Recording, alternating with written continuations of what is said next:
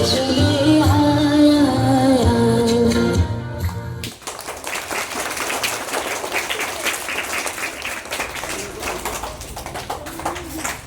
অসুস্থ হয়ে যাওয়ার জন্য আমাদের অনুষ্ঠানের তালভঙ্গ হয়েছে, যাকে দিয়ে শুরু করার কথা ছিল, জ্বর হয়ে গেছে।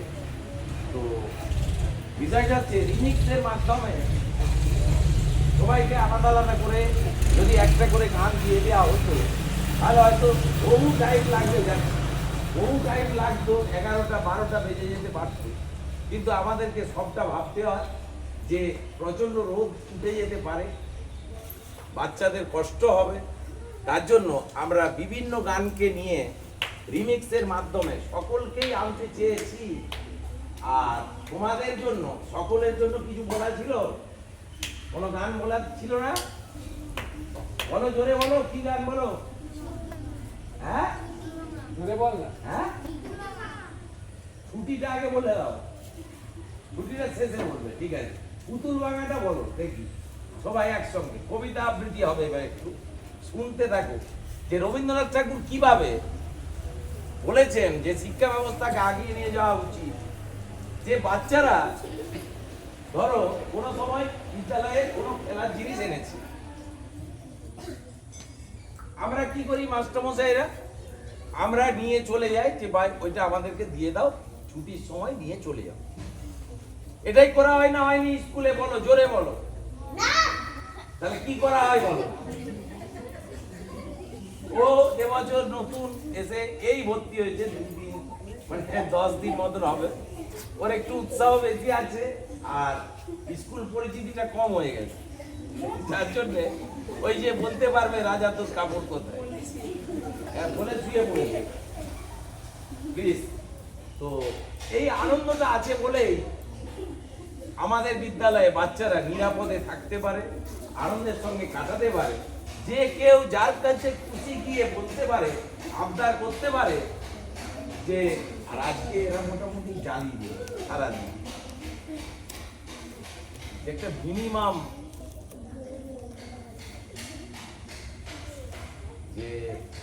যে কোনো ছেলে মেয়ে বলতে পারে গিয়ে যে আমরা পারি, স্যার আমাকে একটা লজেন্স দিন। সেই লজেন্সটা আমরা কিনে আনি না, সেই লজেন্সটা কে দিয়ে দেয়? আমাদেরই কোনো বাচ্চার মা বা বাবা।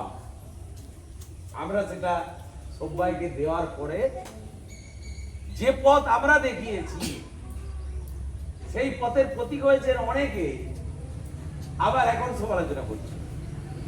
আগে দেখতে পাওয়া যেত না সরকারি প্রাথমিক বিদ্যালয়ে ছেলেদের জন্মদিন পালন হচ্ছে, আর আমাদেরটা একটু অন্যভাবেই হয়। কোনো জন্মদিনের সঙ্গে কোনো জন্মদিনের সিমিলারিটি পাওয়া যাবে না। প্রত্যেকটি জন্মদিন পালন হয় তার নিজস্ব কাঠামোয়, সেটা মুহূর্তের মধ্যে সিদ্ধান্ত নিয়ে চেঞ্জ করে দেওয়া হয়, একই পদ্ধতিতে পালন করা হয় না। এইটাই হচ্ছে ওই দুর্লভ বিদ্যালয়ের প্রাথমিক বৈশিষ্ট্য। তাই নীরবে একটা বাচ্চা ছেলে স্যারের কোলে চেপে বসে পড়তে পারে। স্যার যখন ঘেমে চান করে বসে আছে তখনও ছুটে গিয়ে পিপিওয়ানের ছেলে কোলে উঠে পড়তে পারে, স্যার আপনার কোলে একটু বসতে চাই, আরামে বসে থাকি। এই বিদ্যালয় চেয়েছিলেন রবীন্দ্রনাথ ঠাকুর। রবীন্দ্রনাথ ঠাকুর ওই মাস্টারমশাইদের ভয়ে তিনি বলেছিলেন বিদ্যালয়টা হচ্ছে 10টা 4টের আন্দামান। আন্দামান জেল সম্পর্কে ধারণা নেই তোমাদের। আন্দামান জেলে যারা যেতেন সেইখানের যে কুঠরি, সেখানে আলো পর্যন্ত ঢুকতো না এক চিলতে। একাই জল 1 মাসের জন্য বরাদ্দ, কি 7 দিনের জন্য বরাদ্দ, কোনো আলো ঢুকবে না, কোনো মানুষের দেখা পাওয়া যাবে না। জানলার তোলা দিয়ে, কপাটের তোলা দিয়ে শুধু 2টো টাইমে ওরা রুটি চলে যাবে। আগে স্কুল ছিল ঠিক সেই সিস্টেমে পরিচালিত, যে কোনো রকম আনন্দে উচ্ছ্বাস খুঁজে পাওয়া যেত না, শুধু শুনতে পাওয়া যেত বাচ্চাদের চিৎকার, বাঁচাও বাবা বাঁচাও, মা বাঁচাও। এইটা আমরাও শুনেছি, পাশের ক্লাস থেকে শুধু চিৎকার শুনতে পাওয়া যেত। আর স্যারেরা দিদিমণিরা টার্গেট করে রাখতেন যে এই ছেলেটা হচ্ছে আমার শত্রু। কি করে ছাত্র শত্রু হয় আমি জানি না। আমরা নিজেরা ছোটবেলা থেকে বহুবার উপলব্ধি করেছি যে আমরা কারো না কারো শত্রু হয়ে গেছি স্যারের। তার ফলে যে কোনো মূল্যে পড়া করতেই হবে আমাকে।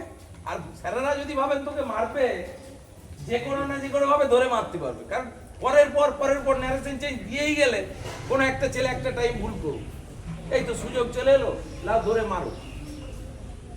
এইটা পার্সিয়ালিটিটা তুলে দেওয়া হয়েছে বিদ্যালয় থেকে। এখানে ফর্সা মেয়েটি যেমন আমাদের কাছে ছাত্রী, সেই রকম এই রাজদীপের মতন ছেলেরা আমাদের ছাত্র হতে পারে, সেও আমাদের ভগবান হতে পারে, কৃষ্ণের মতন ছেলে আমার ভগবান হতে পারে, পেরেছে। এখানে কোন রকম পার্সিয়ালিটির সঙ্গে যুক্ত থাকেন না ছেলেরা, দিদিমণি। সব ছাত্রছাত্রী আমাদের ভগবান বলে পূজিত হয়। তা বলে কি একটু একটু ল্যাংচা খেতে হবে না? ভগবান ল্যাংচা খাবে না তো কি আমি খাবো? ঠাকুরকে এত প্রসাদ দিচ্ছে আর ভগবান একটু একটু ল্যাংচা খাবে? বলে দাও এবারে, চলো পুতুল ভাঙা, চলো রেডি, চলো দেখে দেখি বলো, চলো।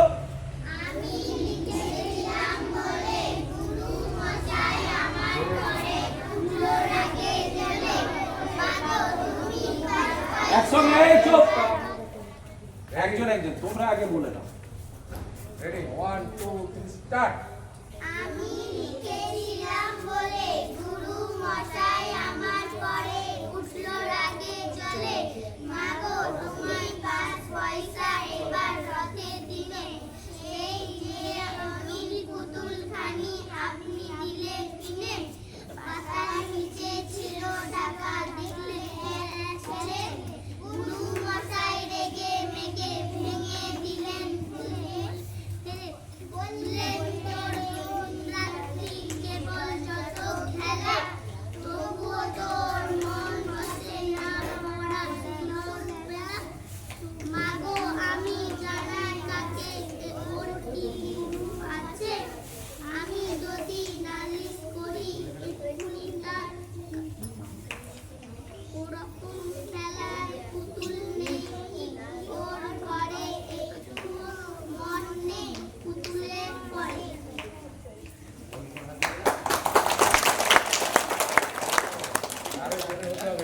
রেডি, 1 দাঁড়িয়ে বল, দাঁড়া জোরে হবে কি?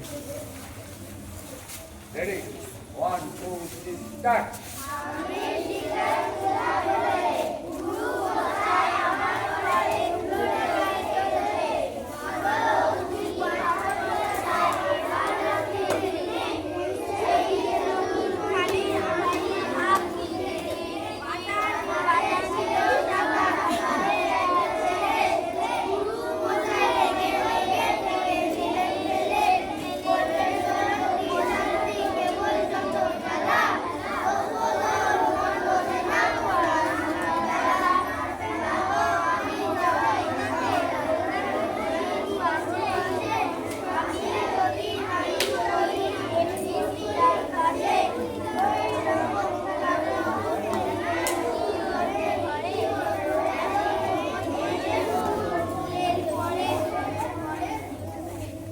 আচ্ছা, যেটা বোঝা গেল যে এখানে খিচুড়ি রান্না হলো, সবাই যাতে খেয়ে দিয়ে বাড়ি ফিরতে পারেনি, কিন্তু এরও মানে আছে।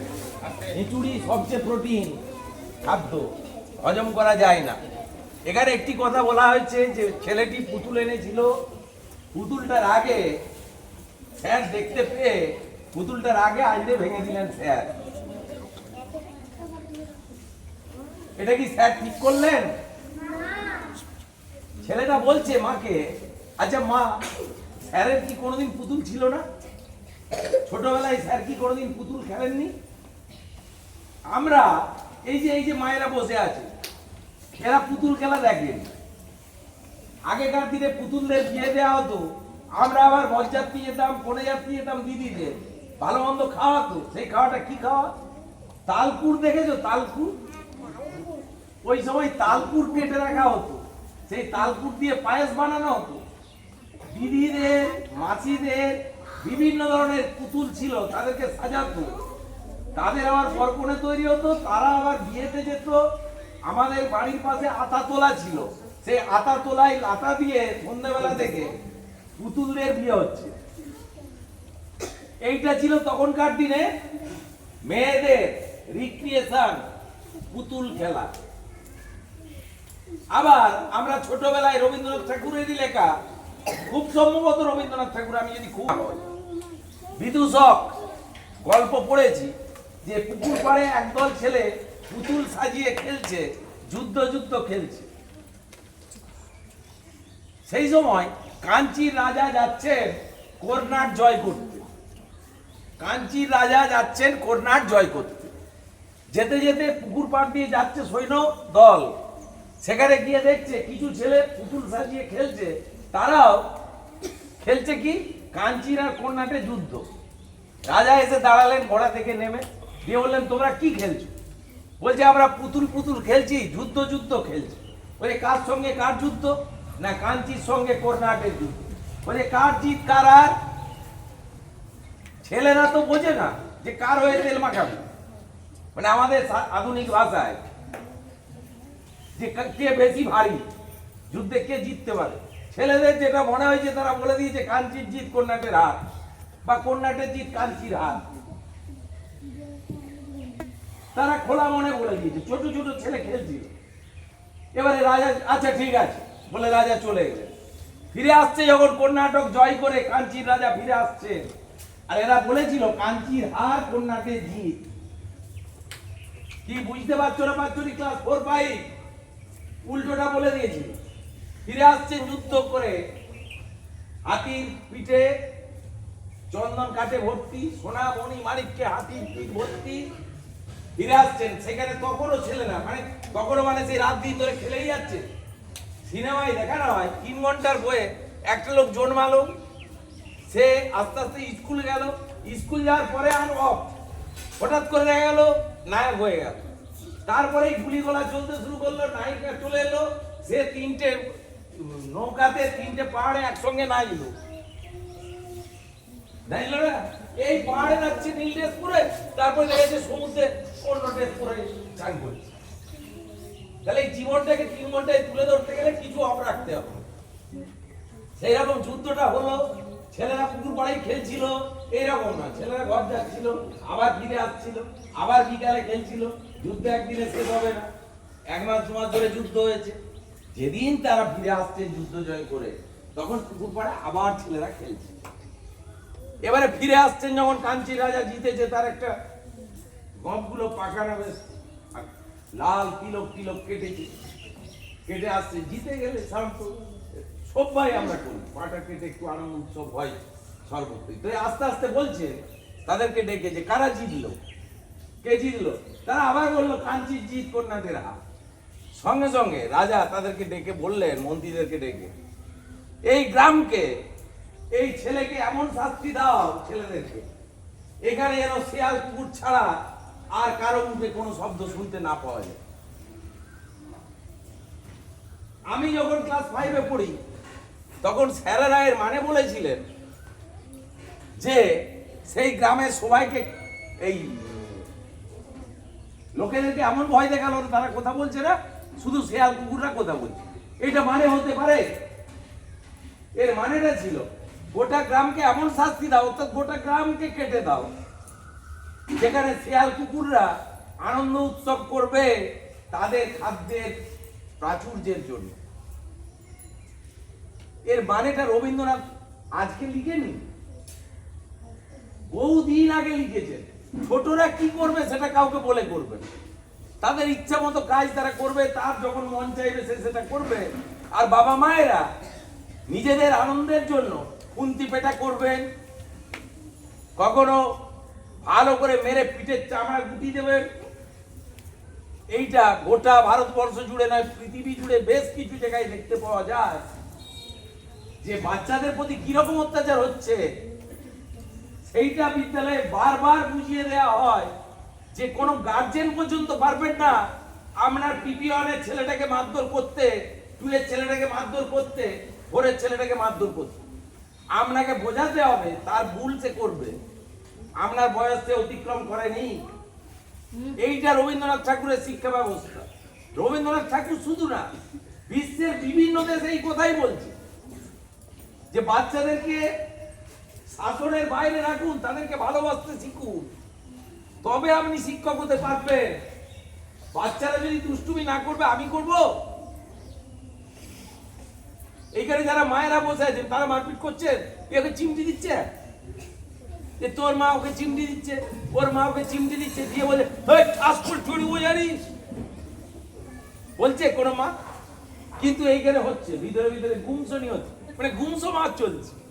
এতে কোনো পার্টি লাগে না, পলিটিক্স লাগে না, ভোট লাগে না, ওরা ওদের কাজ ওরা করে যাচ্ছে।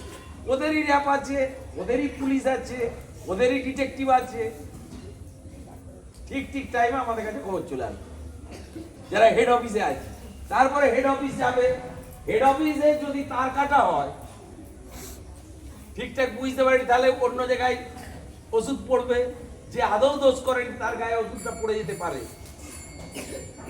এটা রবীন্দ্রনাথ ঠাকুরের ওই এত বড় দাড়ি দিয়ে রবীন্দ্রনাথ এইটা বুঝাতে চাননি যে আমি দাড়ি রেখেছি পয়সা নাই বলে, দাড়ি কাটতে পারিনি বলে। এইটা নয়, রবীন্দ্রনাথ ঠাকুর যেটা চেয়েছেন, বিবেকানন্দ চেয়েছেন, তারা চেয়েছেন দেশের মানুষকে, বাচ্চারা শিক্ষিত হোক, তাদের সংস্কৃতিকে জানুক, মাকে জানতে শিখুক। সবচেয়ে বড় ব্যাপার, আগে মাকে জানতে শিখুক, যে মায়ের গর্ভে আমরা জন্মগ্রহণ করেছি সেই মা যেন বৃদ্ধাশ্রমে না থাকে। এইটা আমাদেরকে লেখাপড়া শেখার সঙ্গে সঙ্গে জানতে হবে, যে এইটুকু কাজ আমাদের গ্রাম বাংলার স্কুলে স্কুলে কেউ বলতে পারবেন না যে আমাদের বাবা মায়েদেরকে বৃদ্ধাশ্রমে রেখে দিয়ে এসছেন কেউ। আমাদের ছেলেমেয়েরা সেই ভাবনা চিন্তায় বড় হয় না, তাই কত সুন্দরভাবে আমাদের ছেলেমেয়েরা, আমি অবাক হয়ে যাই যেদিন আজ থেকে 3-4 বছর আগে নয় 5 বছর আগে পা ধোয়া দিবস পালন করেছিলাম শিক্ষক দিবসের দিনে, যে মায়ের পা ধুইয়ে দেওয়া হবে, তাতে মায়েরাও আসছে না, কেউ বলছে আমাদের ঘরে ঘটি নেই। তারপরে সেইটাই একটা লাইট পড়লো না, পা ধোয়ানা দিবস কে করবে? ছেলে করবে তার মাকে। মানে এটা একটা কালচার, ভারতবর্ষের কালচার, যেখানে মাকে শ্রদ্ধা করতে শেখাতে হয়, যেখানে আমরা বলি জননী জন্মভূমিষ্ঠ স্বর্গাদপি গরীয়সী। এইটা যখন অনুষ্ঠিত হচ্ছে সেখানে গার্জেনও আসতে চাইছে না, মায়েরা আসতেই যে আমার বাবা সম্ভব না, আমি এখন মোবাইল দেখবো, কুটুম কাটুম কি হচ্ছে, সেখানে বৌমা মরে যাবে এইটা দেখে নিতে হবে, ওখানে যে কি হবে। তাহলে সেই বিদ্যালয় পরিচালনা কোনোভাবেই সুন্দরভাবে করা যাবে না।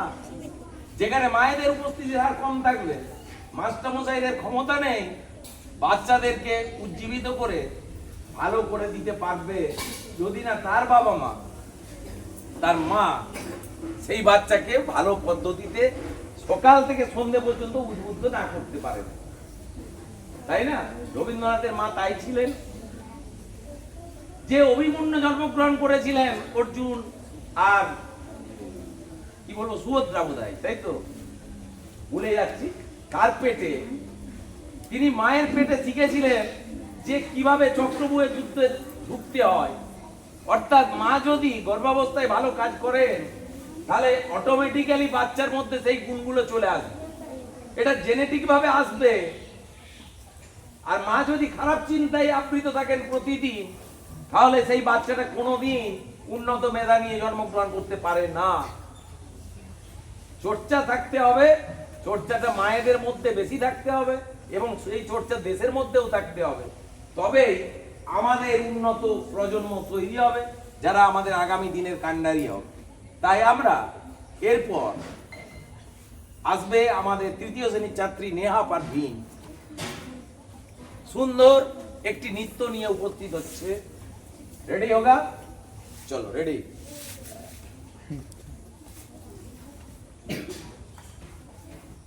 Ready, 1, 2, 3,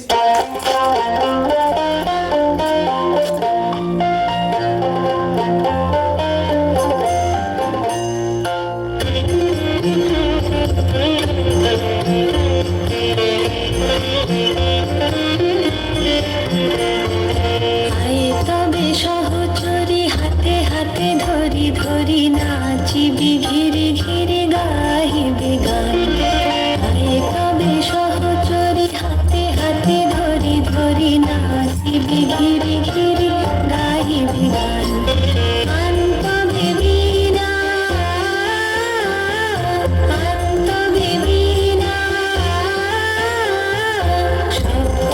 সুরে বাজতবে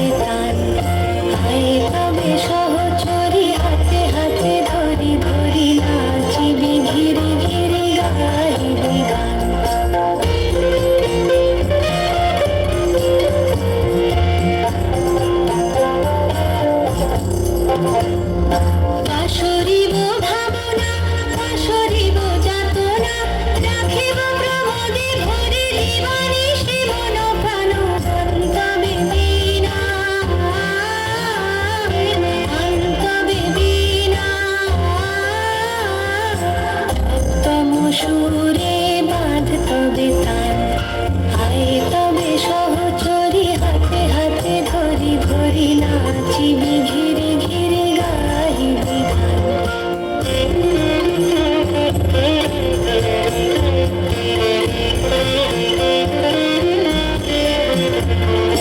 ঢালো ঢালো শশধর ঢালো ঢালো জোছনা সমীরণ বহে যারে ফুলে ফুলে ঢলে ঢলে তুলসিত তটিনী তুলসিত তটিনী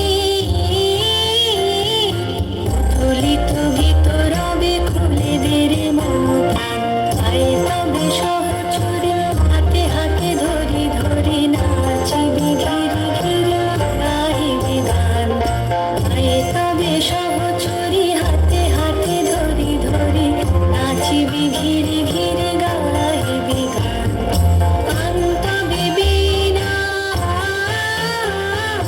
অন্তবে বীণা সপ্তম সুরে বাঁধ তবে তান পায়ে তবে সহচরি হাতে হাতে ধরি ধরি নাচিবি ঘিরে ঘিরে গাহিবি গান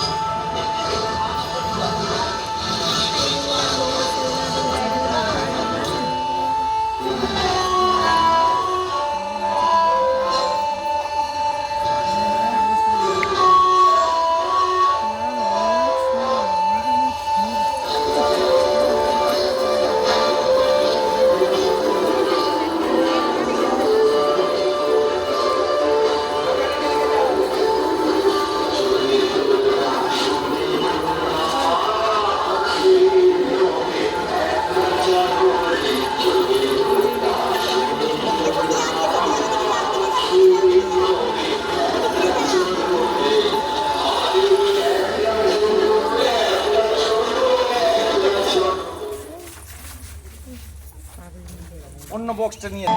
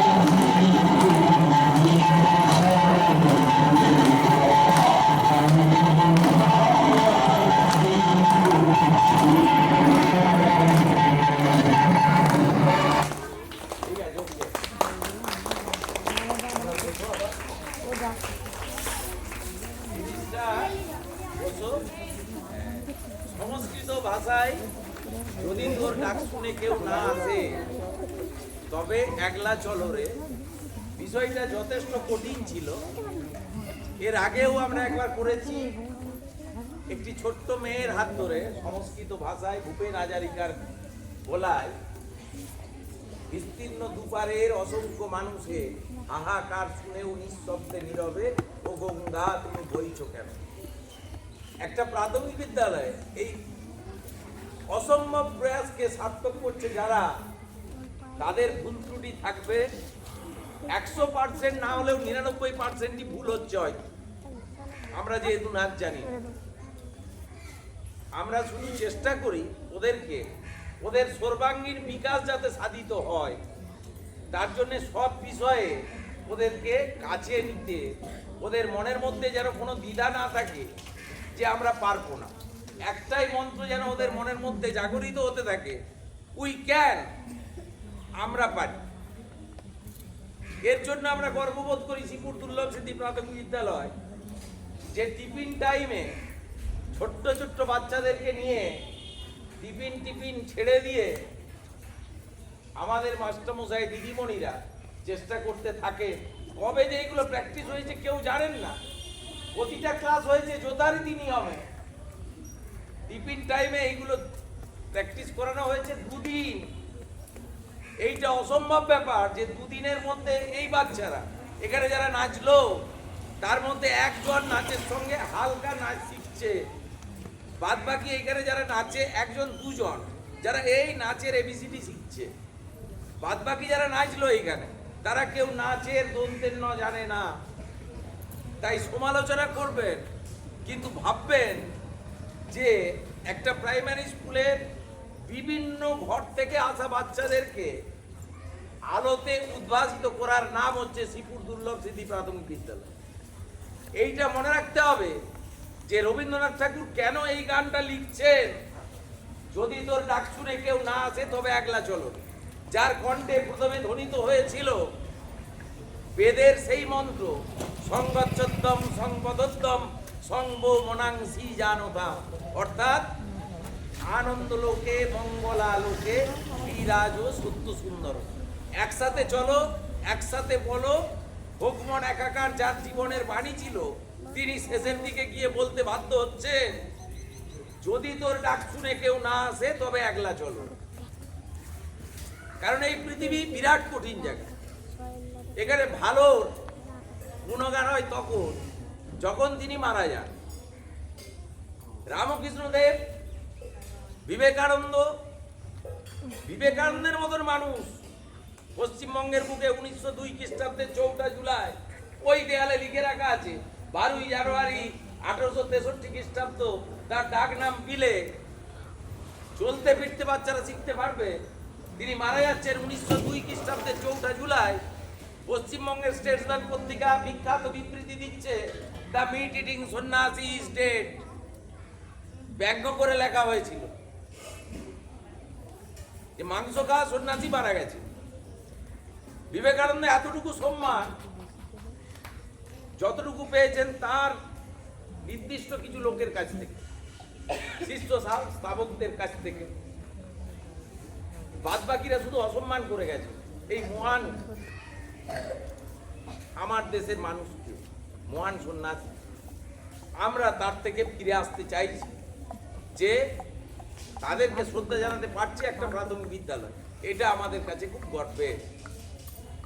এরপরে আমরা আসব আমাদের অনুষ্ঠান শেষের দিকে নিয়ে যাব, কারণ 2 দিনের প্র্যাকটিস ক্লাস চলাকালীন আমরা করি না যে স্কুলে এসে কালকে অনেক বিদ্যালয়, এটা বলতে বাধ্য হই। কালকে আমি ফেসবুকে দেখেছি অনেক বিদ্যালয় সকাল থেকে এসে এই 25শে বৈশাখ পালন করে আজকে আর আসছেন না, কারণ আজকে ছুটি পড়ে গেছে। কত বছর আমি গোপাল বাবু এসে রবীন্দ্রনাথকে বার করে ছবি দিয়ে মালা দিয়ে বরণ করে গেছিলাম যে রবীন্দ্রনাথ ঠাকুর আমাদের সকলে, আমাদের গৌরবের, আমাদের প্রাণের, আমাদের আরামের কবি, মনের আরামের কবি। যখন বারবার আমাদের মন বিভ্রান্ত হবে তখন এই গানটা যদি কানের সামনে বাজতে থাকে, যদি তোর ডাক শুনে কেউ না আসে তবে একলা চলো রে, একলা এসেছি একলাই যাবো, কেউ সঙ্গে থাকবে না। তাই বারবার আমরা রক্তাক্ত হয়েছি। শ্রীপুর দুর্লভ শ্রী প্রাথমিক বিদ্যালয় ছাত্রছাত্রীদেরকে পর্যন্ত টিটকারি করাও, এটা দুর্ভাগ্যের বিষয়, প্রচন্ড দুর্ভাগ্যের বিষয়। বাচ্চাটা নাচছে, তাকে হাততালি দিতে হবে না, জাস্ট একটা লাইক দেওয়া, সেটা পর্যন্ত দিতে চায় না কেউ।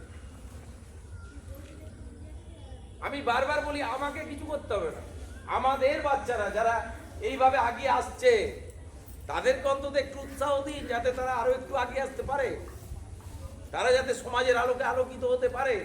কারণ সূর্যের আলো কারো একার জন্য প্রতিভাত হচ্ছে না। রবীন্দ্রনাথ নামটা শুনলে সবাই আমরা রবীন্দ্রনাথ রবীন্দ্রনাথ করি, কিন্তু রবীন্দ্রনাথকে যদি ভাঙা যায় 3 জন দেবতার নাম পাওয়া যাবে। একটি হচ্ছে রবি, একটি ইন্দ্র, একটি নাথ। আমি তো তার নাম দিইনি। ভগবান প্রত্যেকের নামকরণ করেন, যার মুখ দিয়েই করান না কেন, তার বাবার মুখ দিয়ে, তার দাদুর মুখ দিয়ে, তার ঠাকুমার মুখ দিয়ে নাম আসে, কিন্তু নামটা সেই মুখ দিয়ে আসে যে মুখটা ঈশ্বর তৈরি করে দিয়েছেন আমাদের নিজেদের কৃতিত্বে। আমরা আয়নায় যে বারবার দেখি আমার মুখটা কত ভালো, সেই আয়নার ইতিহাস আমরা জানি না, যে আয়নার মোহতে পড়ে নার্সিসাস মারা গেলেন, অন্য দেশের ইতিহাস, আমাদের দেশের ইতিহাস না। তিনি তার ছবিটা এমনভাবে দেখলেন, কোথায় জল তেষ্টা পেয়েছে, তিনি একবারে অপরূপ সুন্দর একজন দেবতা, তিনি জল তেষ্টা পেয়েছে, জল খেতে গেছে, সবাই তার প্রশংসায় পঞ্চমুখ, তার রূপের প্রশংসায়, সে নিজে কোনোদিন দেখেনি সে কতটা ভালো। তো সে একদিন জল খেতে গেছে, আয়নায় তার প্রতিবিম্ব দেখেছে তার নিজের ছায়াতেই নিজে এত মানে প্রতিবিম্ব দেখে এত আনন্দিত, সে সারাদিন আর ওইখান থেকে উঠতে পারছে না, তাকেই দেখছে তাকেই দেখছে তাকেই দেখছে, দেখতে দেখতে তিনি মারা গেলেন একটা টাইম। এই হচ্ছে আয়নার ইতিহাস, নার্সিসাস তার নাম। আমরা আয়নায় দেখি চুল আয়নায় কতটা ভালো লাগছে, ভিতরের আয়নাটাকে পরিষ্কার করতে চায় না কেউ।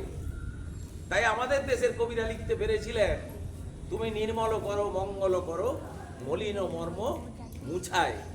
যেটাকে আসল মুছাতে হবে সেটা হচ্ছে আমার হৃদয়, যেটা কবিদের অন্তর থেকে বারবার নিষ্কাশিত হয়েছে, যে আমার হৃদয়টাকে পরিষ্কার করো। চেহারা পরিষ্কার করে কোনো লাভ নেই, হৃদয় পরিষ্কার করলেই আস্তে আস্তে সবার হৃদয় পরিষ্কার হয়ে গেলে আমার ভারতবর্ষ আবার বলো বলো বলো সবে শত বীরা বেনু রবে, ভারত আবার জগত সবাই শ্রেষ্ঠ আসল লবে। সেই দিন আসবেই যেদিন ভারতবর্ষ ছিল বিশ্বের নিয়ন্ত্রক, আবার ভারতবর্ষই পৃথিবীর নিয়ন্ত্রক হবে একটা দিন। তার কল্পনা তো আমরা করতে দ্বিধাবোধ করি না, করছি, করব, মৃত্যুর আগের দিন পর্যন্ত করতে থাকবো। সেই রবীন্দ্রনাথ ঠাকুর যিনি এই কথাগুলি বারবার বলে দিয়ে গেছেন, যাকে ছাড়া বিদ্যালয় পরিচালনা করা যায় না, সহজ পাঠ থেকে শুরু করে যত দূর পড়বে তত দূর রবীন্দ্রনাথকে লাগবেই। তাই গঙ্গা জলে গঙ্গা পুজো করছি আজকে আমরা, রবীন্দ্রনাথের গান কবিতা দিয়ে রবীন্দ্রনাথকেই শ্রদ্ধা জানাচ্ছি। সেই রবি, সেই ইন্দ্র, সেই নাথকে যিনি আমাদেরকে সর্বতভাবে আলো দিচ্ছেন। পরবর্তী নাচের জন্য আমরা হ্যাঁ তার মাঝে অভিজ্ঞান চলে এসো, অভিজ্ঞান একটি কবিতা আপনি হ্যাঁ যাদের রোজ লাগছে এখানে চলে আসবে, দুয়ারে উঠে চলো ওই দিকে বুক করে আস্তে আস্তে বেটা ধীরে ধীরে চুপ থাকো। ফুলে একা বসে আছি নাহি ভরসা, রাশি রাশি ভাড়া ভাড়া ধান কাটা হলো সারা, ধরা নদী কুড়ো ধারা খরো বরসে, কাটিতে ধান এলো বরসে, একখানি ছোট ক্ষেত আমি আকেলা, চারিদিকে বাঁকা জল পড়িছে বড় পাড়ে দেখি আঁকা সরু ছায়া মসিমা, গ্রামখানি মেঘে দেখা প্রবাদ, একখানি ছোট ক্ষেত আমি গান গেয়ে করিবে কে আসি পারে, দেখে যেন মনে হয়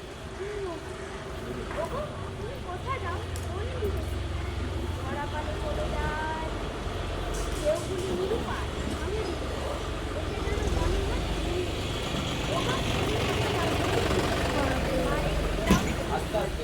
তাড়াতাড়ি শোনায়। আরে ফেরাও তোর বিয়েতে যত যাও তত লও তরণী পড়ে আর আছে আর না দিয়েছিল এতকাল নদী কূলে জাহাল হয়ে ছিনু বলে সকলই দিলাম তুলে ধরে বিফলে এখন আমারে লহ করুণা কর ঠাঁই নয় ছোট সে তুই আমারই সোনার দানি দিয়েছে যদি শ্রাবণ গগন ঘিরে ঘন মেঘ ঘুরে ঘুরে শূন্য নদী ঘিরে রহিম যা ছিল নিয়ে গেল সমাজতরী তো বিষয়টা হচ্ছে তুমি কি কিছু বুঝেছো? বলো কি বুঝেছো? শ্রাবণ মাসে গগনে বড় হচ্ছে মেঘ মানে ওইগুলো আমি বুঝেছি। আর কোথায় যে কবিতাটার মূল বিষয়বস্তু? মানে আমাদের যে সোনার ধান সেটা একটি নৌকায় বোঝাই করা হচ্ছে মানে জিনিসটা নিয়ে নেওয়ার পরে ঠিক আছে, ভেরি গুড, সেই নৌকা ভেরি গুড, সুন্দর। একটা বাচ্চার যেটা মানে বোঝা দরকার সেইটাও বোঝেছে, কিন্তু আসল মানেটা একটু বলছি। মায়ের শোনা দরকার যারা কবিতাটা এইটা হচ্ছে কবিতা আবৃত্তির বৈশিষ্ট্য, যে কবিতা আবৃত্তি করতে গেলে হবে না, কবিতাটার ইনার মিনিংটা জানতে হবে, তবে কবিতাটাকে জাজ করা যাবে যে আমি কি বলছি, কেন বলছি। এই রোদ লাগছে, এইদিকে চেয়ারটা টানো না, না ওইটাও আমাকেই বলে দিতে হবে গার্জেন, দিয়ে আবার আমাকেই মার খেতে হবে যে কেন বললে, আমরা রোদে তো ভালোই ফেস ওয়াশ করছিলাম। কবিতা এই চুপ, কবিতাটার মানে হচ্ছে সেই একই কথা রবীন্দ্রনাথ ঠাকুর বলেছেন।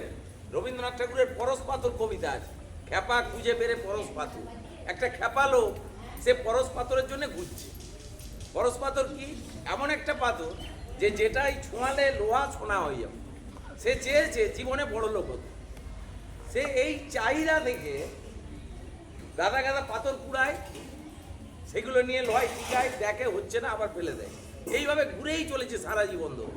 দিয়ে একদিন দেখলো তার ঘুরতে ঘুরতে মাথাটা চলে গেছে, একদিন সেই পরশ পাথর সে পেয়েও গেল, দিয়ে যাতেই ঠিক আছে শোনা হচ্ছে।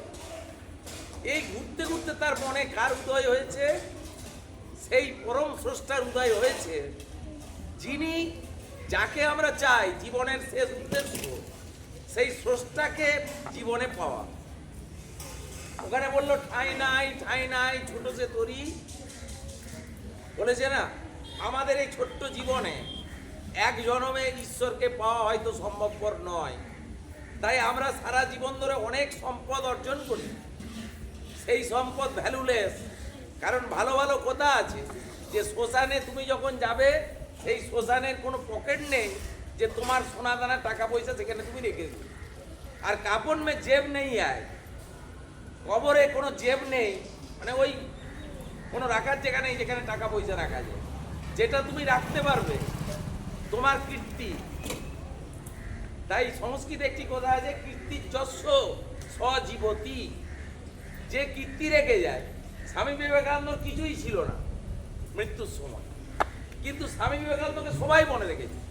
রামকৃষ্ণদেব খ্যাপাস একজন ঠাকুর, লোকে গালিগালাজ দিত, অসম্মান করত, তার কিছু নেই, তাকে সবাই মনে রেখেছে। তাই গান গাইছি আমরা রামকৃষ্ণদেবের জন্মদিন। আর যারা বিরাট বিত্তশালী মানুষ পৃথিবী জোড়া, তাদের পুজো কেউ করছে না। জীবনে একজনের পুজোই করতে হবে, সেটা হচ্ছে এই পরমা প্রকৃতির পুজো করতে হবে, যার আশীর্বাদ ছাড়া আমরা বেঁচে থাকতে পারবো। তার নাম কি? আলো জল বাতাস। তাদের নাম দেওয়া হয়েছে পৌরাণিক মতে, কারোর নাম বরুণ, কারোর নাম ইন্দ্র, কারোর নাম আরো আরো আছে। কেন দেওয়া হয়েছে? এইগুলোকে পুজো করতে শিখো, বাড়িতে জল সংরক্ষণ করুন। আগেকার দিনে পুকুর কাটানো হতো, দিয়ে সেটাতে প্রতিষ্ঠা করে দেওয়া হতো যে সেইটা কেউ নষ্ট করবে না, সেই পুকুরও ভরাট হয়ে যায়। প্রকৃতিকে নষ্ট করার চক্রান্ত চলে, তার প্রতিবাদ আমরা সহজে দেখতে পাই না। জীবনে যেটা করতে হবে, তোমার জীবন দিয়ে তুমি হাজার নিজের সুবিধার জন্য কাজ করে যাবে, কোনোটাই তুমি সঙ্গে করে নিয়ে যেতে পারবে না। শুধুমাত্র তারাই বেঁচে থাকে পৃথিবীতে। কামিনী রায় বলেছেন, সকলের তরে সকলে আমরা, প্রত্যেকে আমরা পরের তরে। আপনারে লয়ে বিব্রত রই যে আসে নাই কেহ অবনি করে, সকলের তরে সকলে আমরা, প্রত্যেকে আমরা পরের তরে। তাই আমরা গান গাইলাম রবীন্দ্রনাথের, আই তবে সহচরী হাতে হাত, এখানে সহচরীরা দিয়ে আর ওই লাভারের মেলার মাঠে বলছে আই মোবাইল নিয়ে সবাই চ্যাট করি, এইটা বলেনি রবীন্দ্রনাথ ঠাকুর। একবার ফেসবুক হোয়াটসঅ্যাপটা খুলে দিলে আমাদের স্কুলে চ্যাটিং শুরু হয়ে গেল। সেখানে আবার আমাদেরকে অফ করতে হচ্ছে, চ্যাট করার জায়গাটা আপনার কিছু বলার থাকলে এখানে বলে দিন। রবীন্দ্রনাথ ঠাকুর ওই গানটা এত পাগল ছিল, রবীন্দ্রনাথ ঠাকুর যিনি নোবেল পুরস্কার পেলেন, তিনি লিখলেন আই তবে সহজেই বসে বসে চ্যাট করি, এই গান তিনি লেখেন। এইটা বুঝতে জানতে হবে, আর তার জন্যে আমাদের এই এত প্রচেষ্টা। এরপরে আমরা শেষের দিকে চলে এসেছি, শেষের দিকে নাচের জন্য যারা শিখে তারা একটাই নাচ আছে না আরো আছে?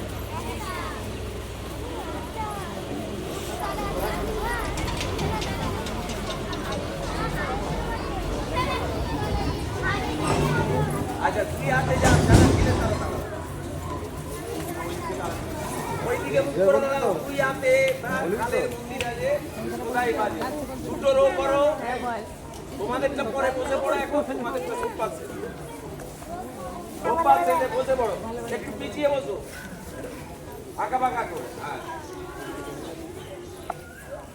রেডি?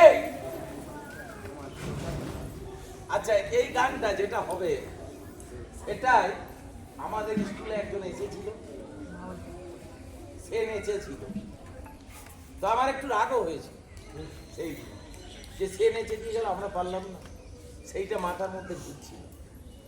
সেই ঘোড়াটাকে আজকে এইখানে ঘুরিয়ে এখন যে তাকে দেখাবো আমরাও পারি, সবাই পারি, এবং সময় পেলে আরো ভালো পারবো। সেও ভালো করেছে, তার জন্য কোনো দুঃখ নেই, সে প্রপার ডান্স শিখে মাস্টারমশাই দিদিমণিদের কাছে, তার জন্যও যেমন আমাদের শুভকামনা থাকবে, ঠিক সেই রকম আমার ড্যাং একাডেমিতে যারা নাচ শিখে তাদের জন্য অনেক বেশি কামনা থাকবে। কারণ আমি নৃত্য বিশারদ, চিত্র বিশারদ, সব কিছুর মধ্যেই আছে, সঙ্গীত বিশারদ। বলা কুমার স্বামীকে ছাড়িয়ে যাচ্ছে। হ্যাঁ, সেই ড্যাং একাডেমির শিষ্যরা আমার নৃত্যশিল্পীরা এসেছে। চলো দুই হাতে কালের মন্দির আছে, সদাই বাজে। চলো রেডি?